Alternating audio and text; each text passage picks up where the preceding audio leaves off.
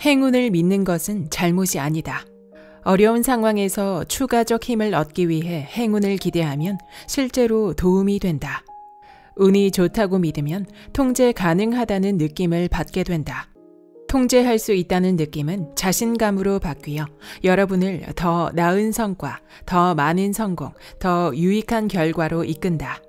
더욱이 그 좋은 경험은 다음번 곤란한 상황에 직면할 때 낙담하거나 굴복하지 않고 타개해 나갈 수 있는 동력으로 작용한다. 안녕하세요. 따뜻한 책 한 잔입니다. 오늘 여러분에게 읽어드릴 책은 기회의 심리학, 지은이 바버라 블래칠리, 옮기니 권준호, 발행 안타레스, 발행일 2023년 8월 17일입니다. 당신의 뇌는 운과 기회를 학습한다. 왜 똑같은 우연을 누구는 기회로 만들고 누구는 흘려보낼까? 딴짓하는 머릿속 주의력 회로를 깨워줄 현대인의 필독서. 자꾸만 퇴화하고 있는 우리 뇌의 기회 감지기를 어떻게 정상 작동시킬 수 있는지 설명한 책입니다. 우리의 모든 생각과 행동은 뇌에서 나옵니다. 우리 뇌가 곧 우리입니다. 우리 삶에서 마주하는 모든 우연을 뇌가 수용하고 처리합니다. 따라서 뇌를 들여다보아야 운과 기회의 포착 원리를 알아낼 수 있습니다. 그 모든 것이 우리 뇌의 산물이기 때문입니다. 이 책은 우연을 행운으로 바꾸는 과학을 이야기합니다. 이 책의 저자인 바버라 블래칠리 교수는 학자, 그것도 비합리적 사고와는 거리가 먼 심리학자이자 신경과학자입니다.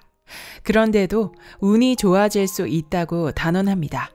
실제로 뇌가 운과 기회를 학습한다는 사실이 증명되었기 때문입니다.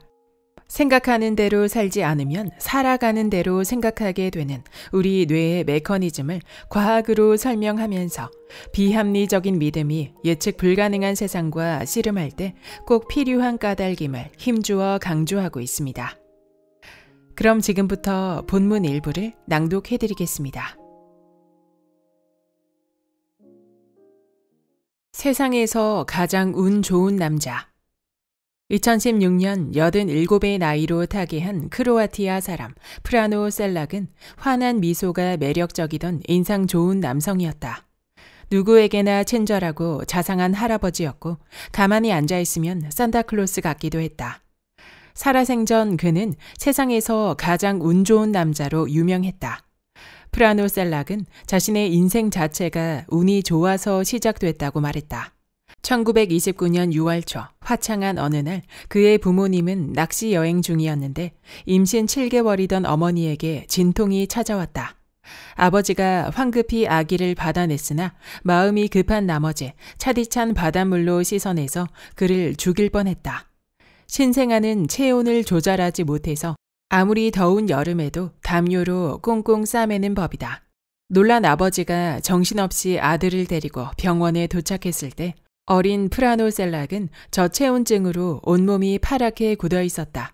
다행히 의사들이 온 힘을 다해 그의 생명을 구해냈고 프라노 셀락은 우여곡절의 표상이 될 자신의 삶을 시작할 수 있었다.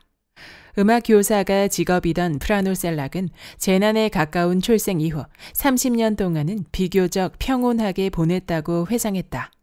그는 음악학교에 다녔고 작곡을 배웠으며 피아노와 아코디언을 연주했다. 결혼했고 아들을 낳았고 이혼했고 재혼했다. 굴곡이 없었다곤 할 수 없지만 누구의 인생에서나 일어날 수 있는 일을 겪었을 뿐 죽음에 도전할 정도는 아니었다. 그러나 1962년부터는 목숨을 앗아갈 만한 사고를 계속해서 당하게 된다. 당장 그의 삶을 끝낼 수 있는 무시무시한 사고였지만 그는 매번 운 좋게 살아남았다. 그가 죽음의 문턱에서 살아 돌아온 첫 번째 사고는 1962년 1월 추운 겨울날 사라예보에서 두브로브니크로 가는 기차에서 일어났다. 그가 탄 기차가 협곡을 통과하던 중 선로를 이탈해 강으로 추락했다. 그는 차가운 강물에 잠겨가는 기차 창문을 깬 뒤 있는 힘껏 헤엄쳐 탈출했고 그 와중에 근처에 있던 할머니도 구출했다. 이 사고로 탑승객 17명이 익사했지만 프라노셀락은 팔이 부러지고 가벼운 타박상과 저체온증만 겪었다. 이듬해인 1963년 그는 자그레브에서 출발해 리에카로 향하는 소형 여객기에 타고 있었다. 난생 처음 타보는 비행기였다. 그런데 이번에는 비행기가 산꼭대기를 스치고 추락했다. 그는 지상으로 곤두박질 치고 있는 비행기 문이 떨어져 나간 것을 보고 뒤도 안 돌아본 채 뛰어내렸다. 무려 850m 높이였다. 이 사고로 다른 승객과 승무원 19명은 그대로 목숨을 잃었지만 그는 거대한 건초 더미에 떨어져 간신히 살아남았다. 병원에서 사흘 동안 혼수 상태로 있어야 했지만 말이다.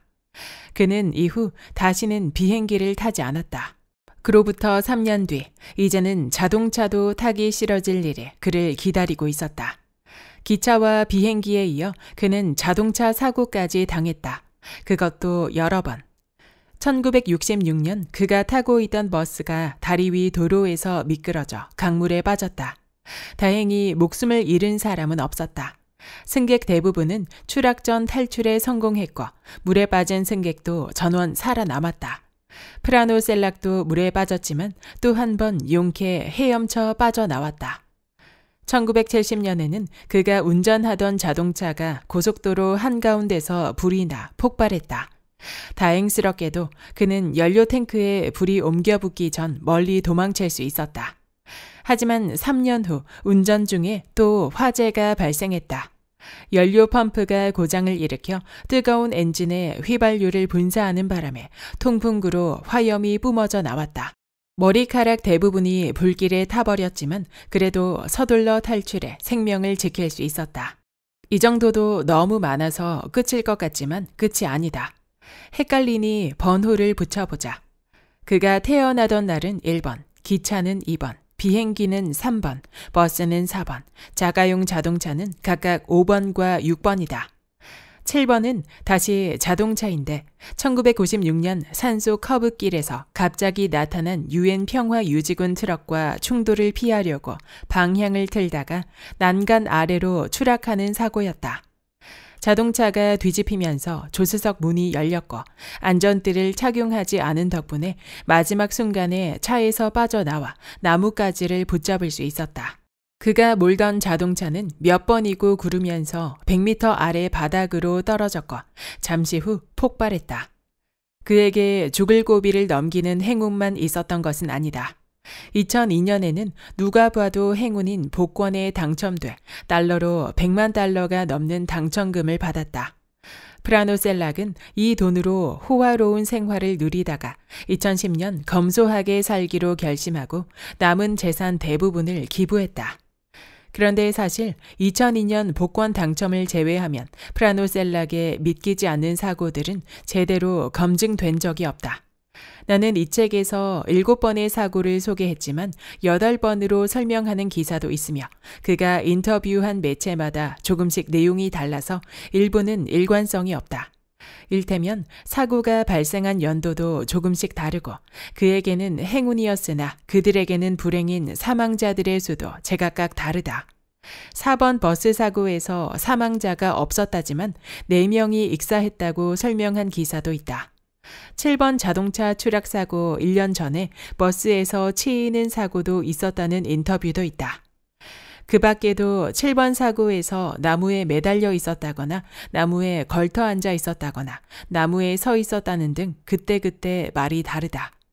그렇지만 1번 외에는 사고 기록이 있으므로 그가 정말로 죽을 뻔한 위기를 많이 넘겼다는 이야기는 사실이라고 봐야 할 것이다. 아무래도 인터뷰 당시 프라노셀락의 나이가 나이니만큼 기억이 왔다 갔다 했을 수도 있다. 무용담처럼 이야기하던 중에 다소 과장이 섞였을지도 모른다. 사실 그의 설명이 100% 정확한지는 그리 중요하지 않다. 맥락이 중요할 뿐이다. 프라노셀락과 관련한 수많은 기사를 살펴보면 맥락은 하나의 패턴으로 나타난다. 모두 그가 걸어다니는 행운의 본보기라는 것이다. 심리학이 된 운. 프라노셀락이 죽음의 고비에서 단 한 번만 살아남았더라도 우리는 여전히 이렇게 질문할 수 있다. 그는 운이 좋았는가, 운이 나빴는가, 아니면 둘 다인가? 이 질문에 답하려면 더 근본적인 질문에 먼저 답해야 한다. 운이 좋다는 것은 무엇을 의미하는가? 프라노셀락은 2010년 텔레그래프와 인터뷰에서 이 질문에 개인적으로 답변했다. 이때 그는 검소하게 살고자 남은 재산을 기부하겠다고 하면서 이렇게 말했다. 나는 그동안 죽음의 소나귀에서 빠져나온 것이 행운이라고 여기지 않았습니다. 그때마다 나는 왜 이렇게 불행한가 생각했습니다.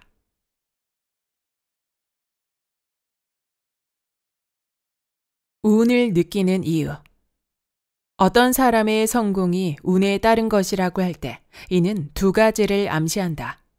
첫째는 그 사람이 아닌 환경 조건에 성공의 일차적 책임이 있다는 것이다. 둘째는 그 환경 조건이 기회로 작용했다는 것이다. 운으로 인식되는 것에는 여러 가지가 있는데 그중 몇 가지는 상충한다. 일관된 성공은 운이라고 여긴다. 반대로 들쑥날쑥한 성공도 운이라고 여긴다. 별나고 색다른 성공은 당연히 운 덕분이라고 한다. 이와 같은 관점에서 보면 프라노셀락이 비행기 사고 등에서 살아남은 게 운이 좋았다고 할 때 우리가 정작 해야 했던 말은 말도 안 되는 환경 조건이었다가 된다. 운이 좋았던 원인이 환경 조건에 있었기 때문이다. 이는 다른 말로 무작위 사건들이 특이하고 드물지만 일관되게 나타났다는 뜻이며 해당 무작위 사건들이 언제나 기회로 작용했다는 의미다. 귀인에 관한 연구 끝에 현대 사회심리학은 행운과 불운이 우리 삶에서 나타나는 외적이고 불안정하며 예측할 수 없는 사건의 원인이라고 결론 내렸다. 행운과 불운의 유일한 차이점은 결과다. 어떤 우연한 일의 결과가 성공이면 행운이 원인이고 실패면 불운이 원인이다. 철학적 관점도 다르지 않다. 철학자 니콜라스 레셔는 운과 관련한 프리츠 하이더와 현대 사회심리학자들의 의견에 모두 동의했다. 일반적으로 우리는 일어날 확률이 매우 낮은 사건에서 이익이나 손해를 보면 이를 행운 또는 불운이라고 느낀다. 그 또한 발생 확률이 매우 희박한 어떤 사건이 우연히 일어나 우리에게 상당한 이익을 선사하거나 막대한 손해를 초래한다면 그 사건의 원인은 운이라고 밖에 볼 수 없다고 설명했다. X가 복권에 당첨된다면 행운이다. Z가 떨어진 운석에 맞으면 불운이다. 그러나 아무도 관심 없는 우연한 사건, 예컨대 누군가 지나가던 구름 그늘 속에 가려지는 것 등은 좋든 나쁘든 운과는 상관이 없다.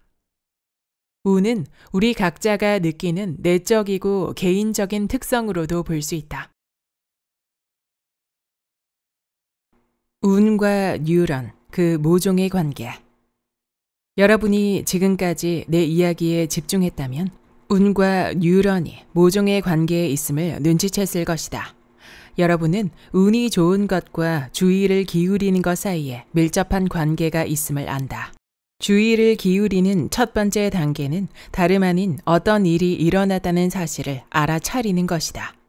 우리의 오감, 즉 시각, 청각, 촉각, 후각, 미각은 세상의 모든 에너지에 반응한 뉴런이 그 메시지를 뇌에 전달한 결과다. 우리 눈은 빛을 받아들이지만 그뿐이다. 그 빛으로 모양과 색깔을 인지하는 것은 뇌다. 엄밀히 말하자면 뇌가 보는 것이다. 주의를 기울이는 두 번째 단계는 그 일에 주목하는 것이다. 일어난 일을 중요하지 않다고 무시하지 않는 것이다. 보고도 못 봤다고, 듣고도 못 들었다고 하지 않는 것이다. 우리는 감각을 그 대상에 온전히 주목함으로써 주의를 기울인다. 볼 의지가 있어 보이고 들을 의지가 있어야 들린다.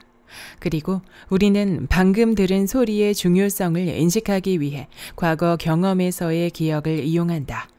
주의를 기울인다는 의미는 확률과 대안을 고려해 원인을 찾는 것은 물론 그 일을 겪기 전에 그 원인이 무엇인지 예측해 보는 것까지 포함한다.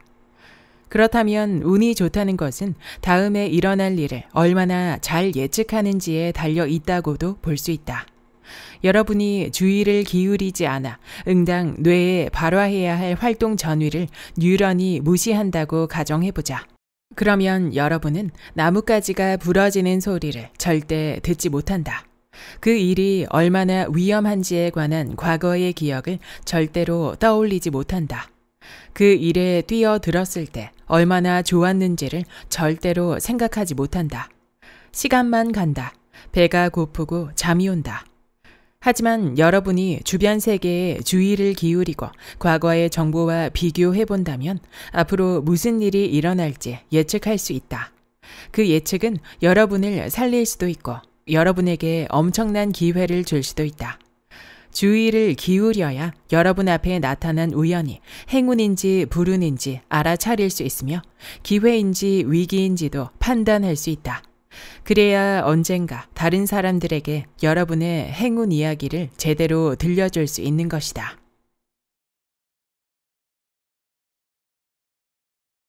교감 천재 거울 뉴런.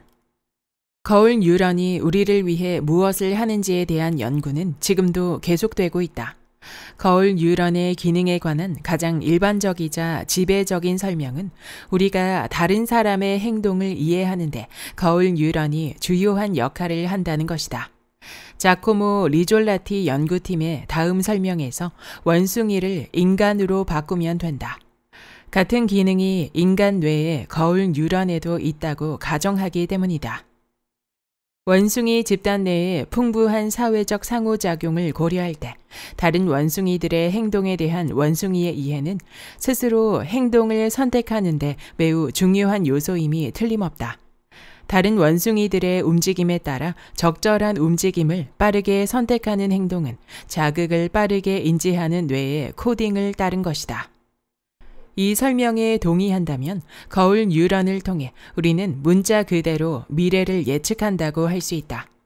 상대방의 행동을 이해하고 교감함으로써 그 사람이 곧 하게 될 행동을 빠르게 넘겨 짚을 수 있다. 그리고 그에 대응할 수 있다. 저녁 식사 자리에 주역이 되거나 자원 쟁탈전에서 패하지 않으려면 행위자의 행동을 신속하고 정확하게 파악하고 해석해야 한다. 현대사회에서 우리가 사자나 호랑이에게 사냥당할 위험은 거의 없지만 비슷한 맥락에서 우리 종 다른 구성원들의 행동을 이해하고 예측할 필요성은 여전히 유효하다. 더 최근에는 거울 뉴런에 새로운 기능이 추가됐다. 엄밀히 말하면 원래 하던 일인데 그 역할을 거울 뉴런이 맡고 있음을 이제 발견한 것이다. 거울 뉴런은 우리의 행동과 우리가 처할 상황도 예측한다. 타인의 행동을 보고 그 사람의 행동 목표를 예측해 우리 자신이 그에 대응해서 어떤 행동을 취할지 예측한다. 우리는 타인을 통해 우리 자신을 관찰하고 우리 행동을 이끌거나 통제함으로써 이 예측을 활용한다. 그런 뒤 우리가 왜 그리고 어떻게 그런 행동을 했는지 학습한 것들을 타인의 행동에 적용한다.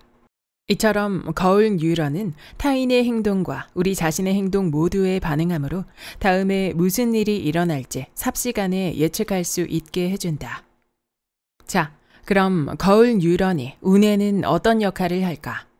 앞서 설명했듯이 운이 좋거나 운이 좋다고 믿는 사람은 그렇지 않은 사람보다 뇌의 주의 체계를 더 잘 조정한다. 우리 삶에서 운이 좋아 보이는 사람들은 운 없는 사람들과 다른 방식으로 주변 자극에 주의를 기울이고 있다. 사실 우리는 외국어를 공부하거나 그림, 악기 연주, 전자제품 활용법 등을 배울 때처럼 운도 학습할 수 있다.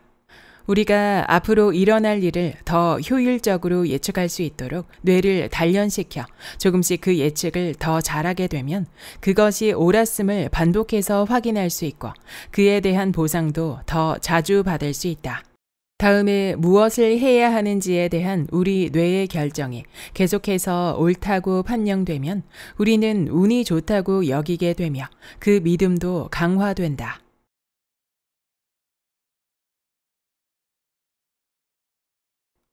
운 좋은 사람들의 4가지 원칙.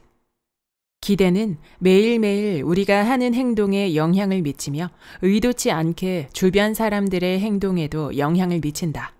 그런데 우리는 종종 기대한다는 사실 자체를 인식하지 못해서 정작 기대의 효과가 나타날 때 무슨 일이 일어나고 있는지 정확히 알 수 없을 때가 있다.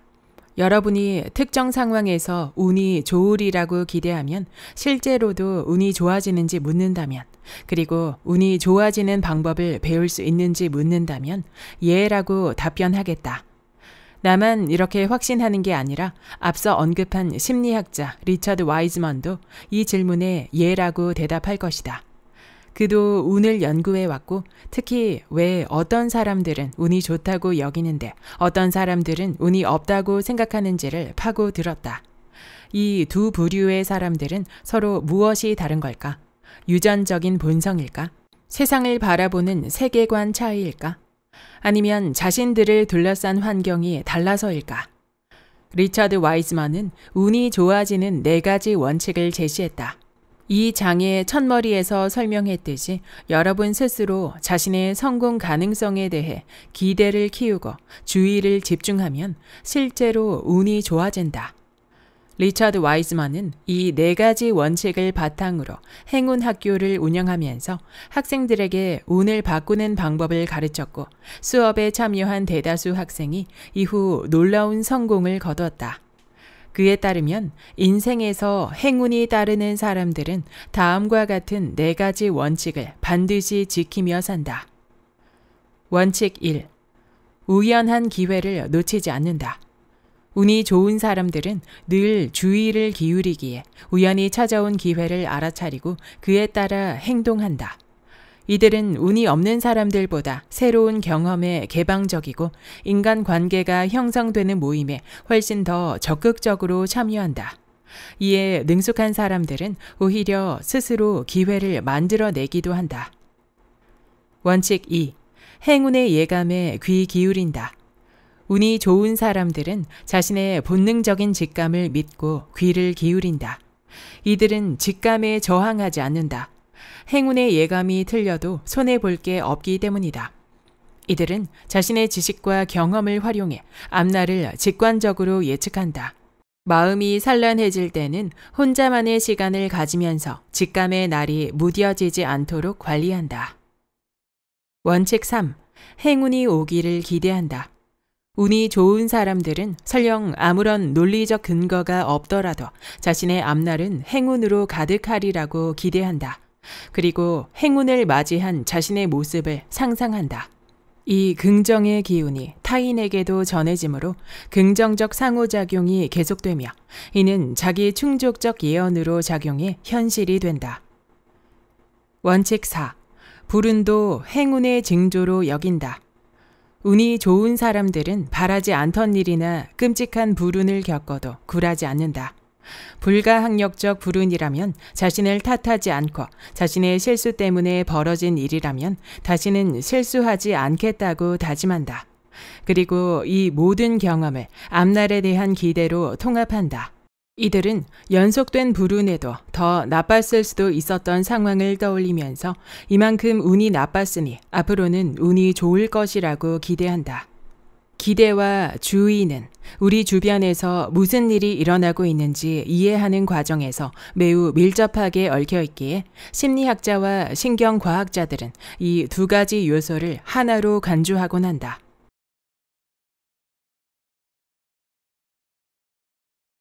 운과 두려움, 그리고 우리가 모르는 것.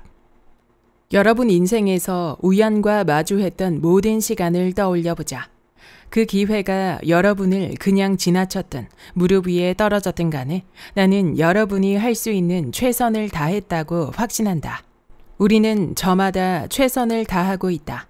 우리가 한 일이 올바른 것인지는 그 일을 한 뒤에야 알 수 있다. 무작위성을 다룰 때 누구에게나 똑같이 적용되는 최선의 방법은 없다. 우연과 마주해 그 우연을 대하는 방식은 사람마다 다르다. 우리는 모두 같은 인간이면서 각자 다른 인간이다. 우리는 서로 사는 환경이 다르고 개인의 경험을 공유하지 않으므로 기대하는 것과 추구하는 것, 두려워하는 것과 피하고 싶은 것들이 저마다 다르다. 그렇지만 뇌의 메커니즘은 우리 모두 같다. 무작위적이고 일관성 없는 세상에서 패턴과 규칙을 찾도록 설계된 뇌는 여러분이나 나나 똑같다. 물론 우리가 세상을 바라볼 때 진정한 본질을 본다고는 생각지 않는다. 우리는 보고 싶은 것, 기대하는 것, 때로는 보기 두려운 것을 본다. 누구나 그렇다. 본성이기 때문이다. 그래도 우리가 패턴을 찾고 우리 삶을 이루는 우연한 사건에서 그 패턴을 볼 수 있다면 우리는 행복하다. 의학에서 말하는 플라시보 효과와 같다. 플라시보는 마음에 흡족하게 하다라는 뜻의 라틴어 자동사 플라케오에서 파생한 용어다. 나을 수 있다고 믿고 작은 알약을 먹었는데 진짜 나았다면 그 약이 가짜라는 사실은 전혀 중요하지 않다. 병을 이길 수 있다는 강한 의지와 믿음이 환자의 면역 체계를 강화해 치료에 도움을 준 것이다. 과학이며 이 또한 우리 뇌의 능력이다. 내가 행운의 신발을 신을 때 좋은 일이 생긴다는 믿음으로 그 신발을 신고 하루를 보냈더니 정말로 좋은 일이 생긴다면 미신이니 비합리적이니 하는 논리가 중요할까? 과학도 미신처럼 보일 때가 있다. 내가 빛을 믿는 사람은 마음이 빛으로 가득 차고 두려움을 믿는 사람은 두려움으로 가득 찬다고 말하면 과학자답지 않게 보일 것이다. 하지만 그렇지 않다. 우리의 생각은 그 자체로 에너지이므로 끌어당김의 힘, 즉 유인력을 가졌다. 행운을 믿는 것은 잘못이 아니다. 어려운 상황에서 추가적 힘을 얻기 위해 행운을 기대하면 실제로 도움이 된다. 운이 좋다고 믿으면 통제 가능하다는 느낌을 받게 된다. 통제할 수 있다는 느낌은 자신감으로 바뀌어 여러분을 더 나은 성과, 더 많은 성공, 더 유익한 결과로 이끈다. 더욱이 그 좋은 경험은 다음번 곤란한 상황에 직면할 때 낙담하거나 굴복하지 않고 타개해 나갈 수 있는 동력으로 작용한다. 성공만큼 성공을 보장하는 것은 없다는 말이 있다. 한 번 성공한 사람은 두 번, 세 번 계속 성공할 수 있다. 행운의 부적을 몸에 지니고 좋은 경험을 했다면 얼마든지 또 그렇게 해도 된다. 다시 말하지만 좋은 일이 생긴다는데 미신이니 비합리적이니 하는 것들이 무슨 소용이 있을까? 그리고 엄밀히 말하자면 과학이다. 지금까지 여러분이 이 책에서 계속 확인했지 않은가? 플라스틱 뇌. 다시 기대로 돌아오자. 여러분도 살면서 무언가를 힘겹게 성취한 적이 있을 것이다. 그 경험은 고스란히 여러분 뇌에 각인된다. 어렵게 경험해서 얻는 기대는 그 수준이 높다. 어떤 사람은 똑같은 기회를 접하고도 기대치를 낮게 잡고 어떤 사람은 높게 잡는다. 각자 경험의 정도가 달라서다. 우리는 어떤 문제에 봉착해 해결책을 시도한 뒤 그 해결책이 기대하던 결과를 가져올지 아닐지 기다린다. 이때 기대치를 높게 잡은 사람은 상대적으로 운에 덜 의지한다. 반면 경험이 부족해 기대치를 낮게 잡은 사람은 상대적으로 운에 더 많이 의지한다. 이것이 행운의 미소를 바라는 대가가 비싸지는 이유다. 포르투나 여신이 미소를 짓는 시점은 언제나 사후다. 즉, 우리가 결정을 내리고 행동한 이후, 시간과 노력을 투자한 이후다. 대가를 선불로 내야 한다는 얘기다. 실망할까봐 빨리 이야기하자면 값은 우리가 정할 수 있다. 달리 말해 기대치를 높게 잡아서 행운의 미소에 대한 대가가 낮아지게 할 수 있다.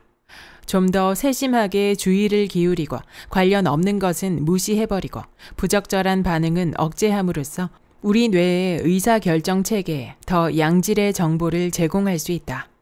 우리 뇌는 일테면 플라스틱 같아서 얼마든지 수정할 수 있다. 그렇지 않다면 우리는 절대로 바뀌지 않고 아무것도 배울 수 없을 것이다. 이 뇌의 가소성이 우리를 발전하는 인간으로 만들어준 것이다.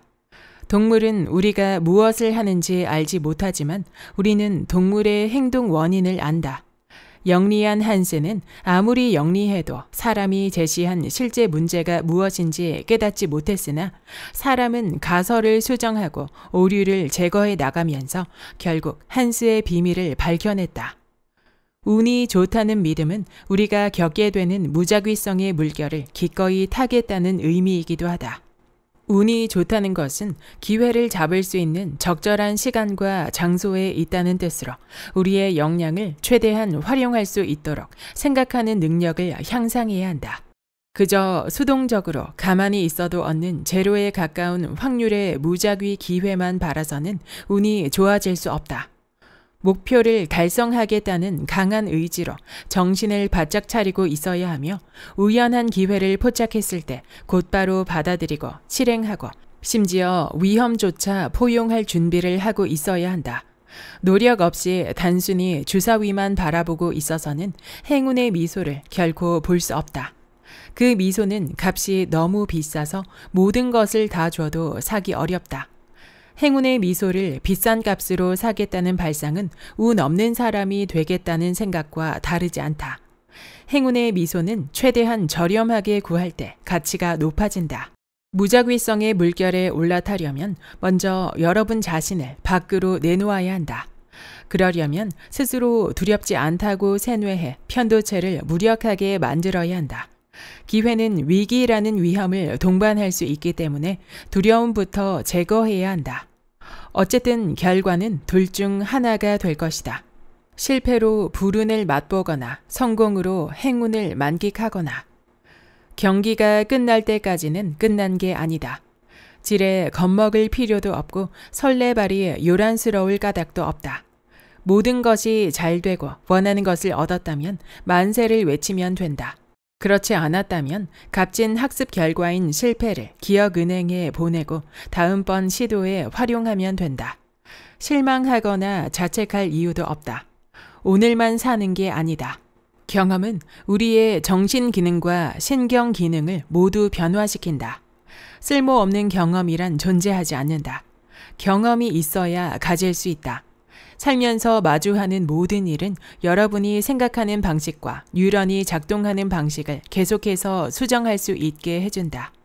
그렇게 좋은 경험을 축적하면 그 기억이 신경세포를 영구적으로 바꾼다.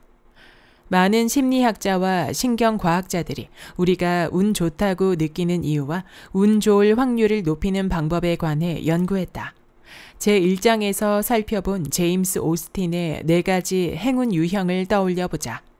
행운은 무작위적인 기회와 부단한 노력의 조합이다. 우연히 노력과 어우러지면 행운으로 이어질 확률이 높아질 수밖에 없다. 우리가 맨 처음 만난 세라 캐선스와 에밀리 콜은 4가지 유형의 행운을 모두 경험한 운 좋은 사람들이었다. 두 사람 모두 우드베일 대서양 횡단 조정 경주 대회를 기꺼이 위험을 감수할 기회로 여겼다. 이들은 앞으로 마주할 일, 즉 조정 경주 대회를 현실로 만들었다. 두 사람의 성향도 한몫했다. 보는 시각에 따라 위험천만하다고 여길 수 있는 일을 두 사람은 모험으로 받아들였다. 무섭고 치명적인 일이 아니라 가치 있고 흥미로운 일로 해석했다. 이 생각은 경주 참가 가능성을 빠르게 키워나갔다. 이들은 바다의 무작위성을 인지했으며 그에 따른 위험도 이해하고 포용했다. 결정을 내린 뒤에는 그야말로 미친 듯이 준비했다. 이 과정의 중심에 기대가 있었음은 말할 것도 없다. 괴물 파도에 보트가 뒤집히고 표류하게 된 일은 불운이었다. 무사히 구조된 일은 행운이었다. 둘 다 엄연한 사실이다. 하지만 그뿐이었다. 이들은 불운과 행운을 있는 그대로 받아들였다. 실패해서 배웠고 죽을 수도 있다는 두려움에 마음을 잠식당하지 않았다. 그렇게 다시 시도했다. 그리고 성공했다. 여러분에게도 소중히 여기는 행운의 부적이 있는지 모르겠다. 나는 이미 고백했다. 마음이 안정되고 무엇이든 잘 되리라는 자신감이 생긴다면 좋은 것이다. 비논리적이든 비이성적이든 괴념치 말자. 아니, 충분히 설명했으니 이제는 그런 생각조차 하지 말자. 마음에 불안감이 없으면 더 많은 정신적 에너지를 여러분 삶에 쏟을 수 있다. 피드백도 필요하지만 피드 포워드가 더 중요하다. 실행하지 않으면 피드백은 없다. 피드 포워드를 거쳐야 실행할 수 있다. 피드 포워드는 스스로 무엇을 할지 묻고 다음 할 일을 계획하는 일이다.